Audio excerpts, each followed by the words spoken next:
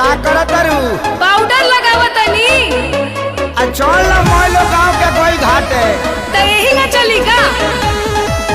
लगाबे ना का चल ना चुप रहो। अरे छठी माई के बारात हा स्टेशन नहीं खा जाके हमरो पता बा अब बस करी आवत नहीं।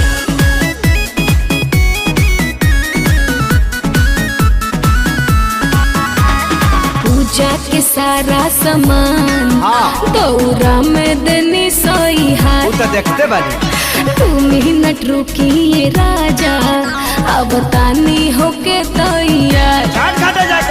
पूजा के सारा सामान दौरा में देनी सही हार। चल अब